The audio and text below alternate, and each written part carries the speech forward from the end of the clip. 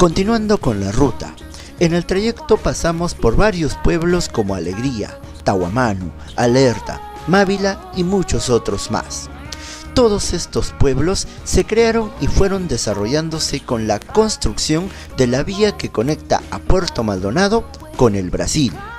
Inclusive, la economía de la población se mueve en torno a esta vía de comunicación.